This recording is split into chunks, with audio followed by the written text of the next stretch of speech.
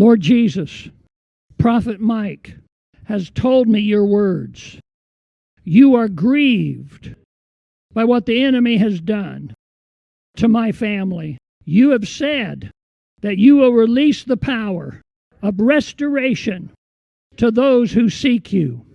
I ask you now, heal my family, deliver my family, change the opposition and the deceit and the lies and the strife.